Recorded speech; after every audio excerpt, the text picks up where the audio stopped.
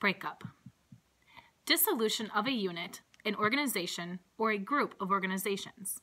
The Justice Department sometimes forces the breakup of a large corporation into several smaller companies. Jessie didn't get it.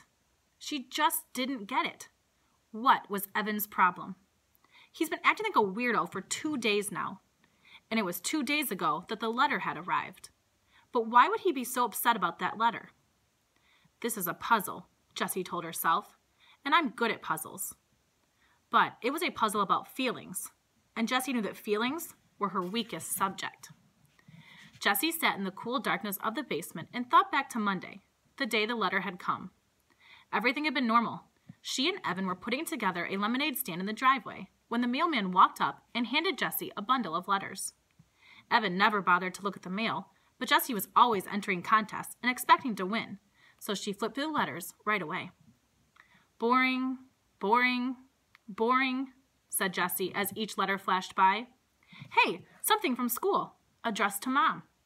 She held up a plain white envelope. What do you think it is? Dunno, said Evan. He was in the garage uncovering the small wooden table they usually used for a stand. It was buried under 2 snow tubes, 2 boogie boards, and the garden hose. Jessie watched while Evan gave a mighty pull and lifted the table up over his head. Wow, he's gotten so big, thought Jessie, remembering what Mom had said about Evan's growth spurt. Sometimes Jessie felt like Evan was growing twice as fast as she was. Growing up, growing away. It looks important, said Jessie. It looks like bad news, is what she thought in her head. Was there a problem? A complaint? A mix-up? All the nervousness she'd been feeling about skipping to 4th grade suddenly burbled up inside her. This table's really dirty, said Evan. Do you think we can just cover it with a lot of cups and the pitcher and no one will notice? Jessie looked. The table was streaked with black. No.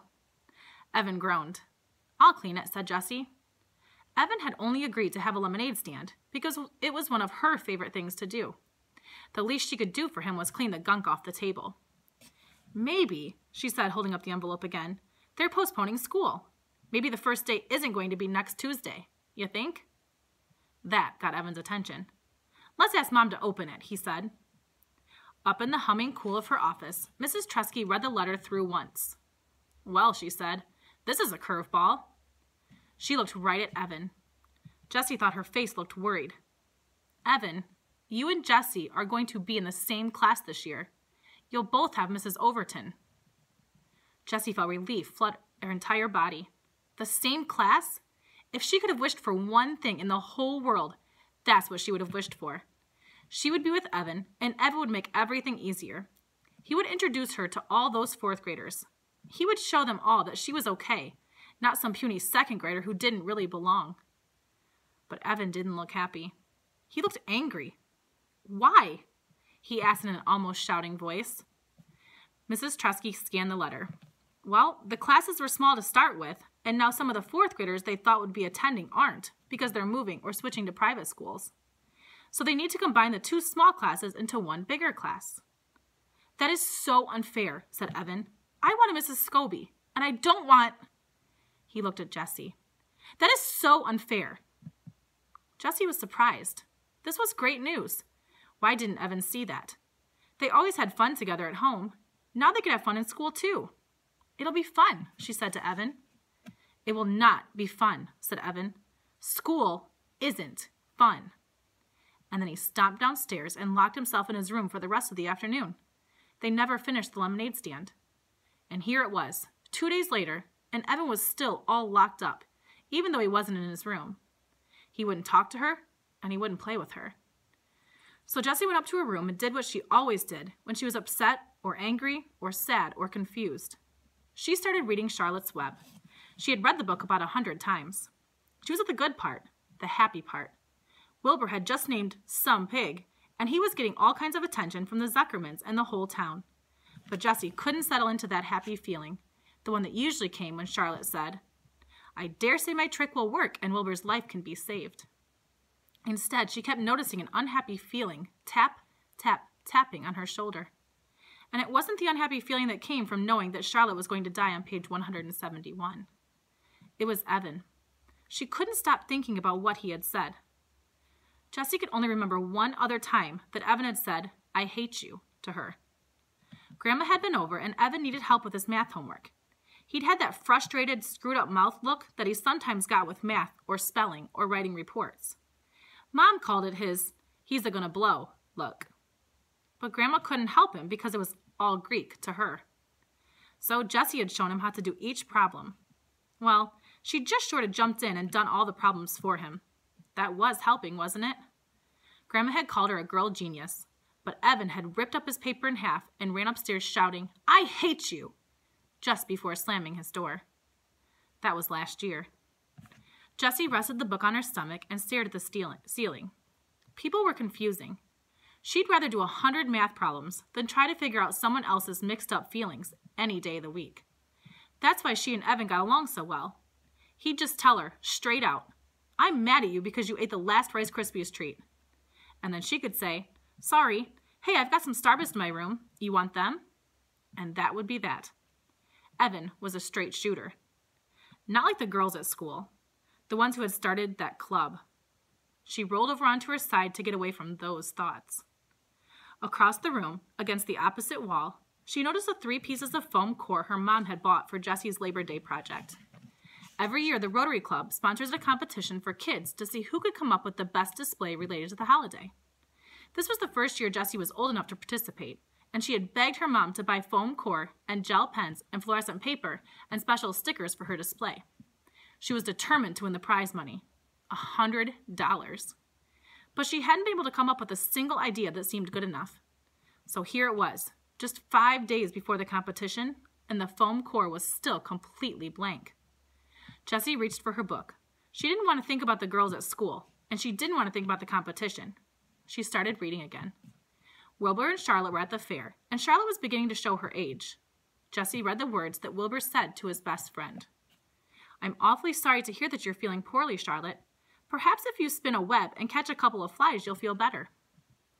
Well, the second part didn't apply at all, but Jessie imagined herself saying the first line.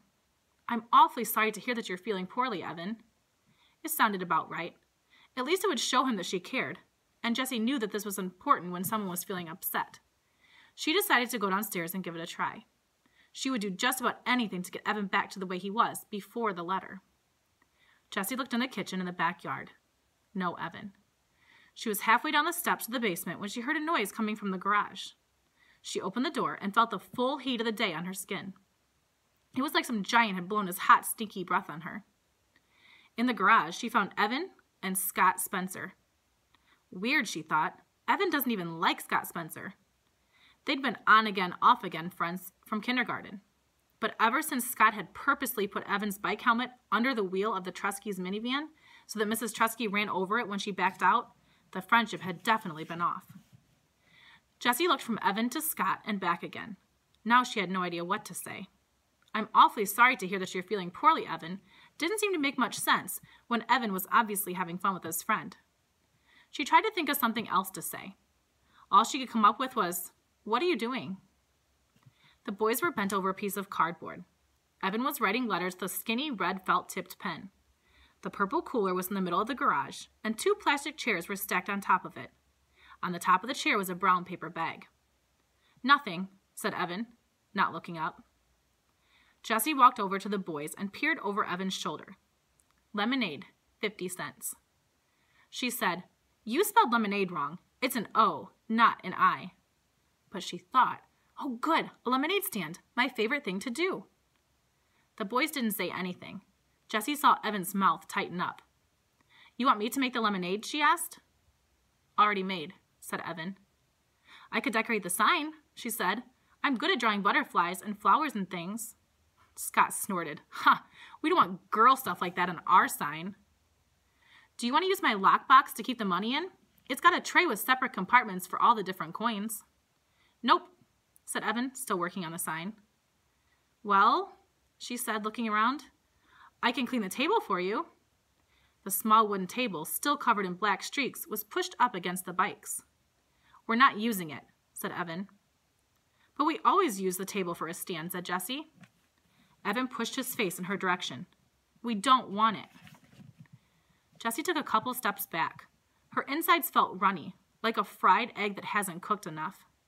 She knew she should just go back in the house, but for some reason her legs wouldn't move. She stood still, her bare feet rooted to the cool cement. Scott whispered something to Evan, and the two boys laughed, low and mean. Jessie swayed toward the door, but her feet stayed planted. She couldn't stand it that Evan wanted to be with Scott, who was a real jerk, more than her. "Hey," she said, "I bet you need change. I've got a ton. You could have all my change. You know, as long as you pay it back at the end of the day." "Don't need it," said Evan. "Yeah, you do," insisted Jessie. "You always need change, especially in the beginning. You'll lose sales if you can't make change." Evan capped the pen with a loud snap and stuck it in his pocket. "Scott's bankrolling us. His mom keeps a change jar, so we've got plenty." The boys stood up. Evan held the sign for Scott to read, turning his back on Jessie. "Awesome," said Scott. Jessie knew that the sign was not awesome. The letters were too small and thin to read from a distance. Evan should have used a fat marker instead of a skinny felt-tipped pen. Everybody knew that. There weren't any pretty decorations to attract customers. And the word lemonade was spelled wrong. Why wouldn't Evan take a little help from her? She just wanted to help.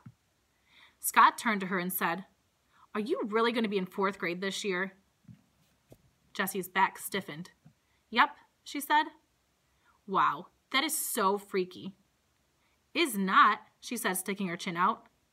"Is too," said Scott. "I mean, you're a 2nd grader, and now you're going to be a 4th grader? That's just messed up."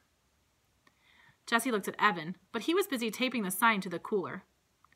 "Lots of people skip grades," said Jessie. "It's not that big a deal." "It's completely weird," said Scott. "I mean, you missed everything from a whole year. You missed the whole unit on Antarctica, and that was the best. And the field trip to the aquarium. And the thing where we sent letters all over the country. Remember that, Evan? You got that letter from Alaska. That was so cool." Evan nodded, but he didn't look up. "It's not that big a deal," said Jessie again, her voice stretched tight like a rubber band. "It's like you missed a whole year of your life," Scott said. "It's like you're going to die a whole year earlier than the rest of us because you never had 3rd grade. Jessie felt cold and hot at the same time. Part of her wanted to yell, "That doesn't make any sense." But the other part of her felt so freakish, like Scott had just noticed she had 3 legs. Evan stood up and tossed the paper bag to Scott. Then he grabbed the plastic chairs with one hand. "Come on, let's go." He reached down to grab one handle of the cooler. Scott grabbed the other, and together they lifted it and began to walk out of the garage. "Hey, Evan," said Jessie, calling to their backs. "Can I come too?" "No," he said, without turning around. "Come on, please. I'll be a big help. I can do lots of things." "You're too young," he said sharply. "You're just a baby." The boys walked out. "You're just a baby?" Jessie couldn't believe Evan had said that. After all the stuff they'd done together. And he was only 14 months older than she was. Hardly even a full year.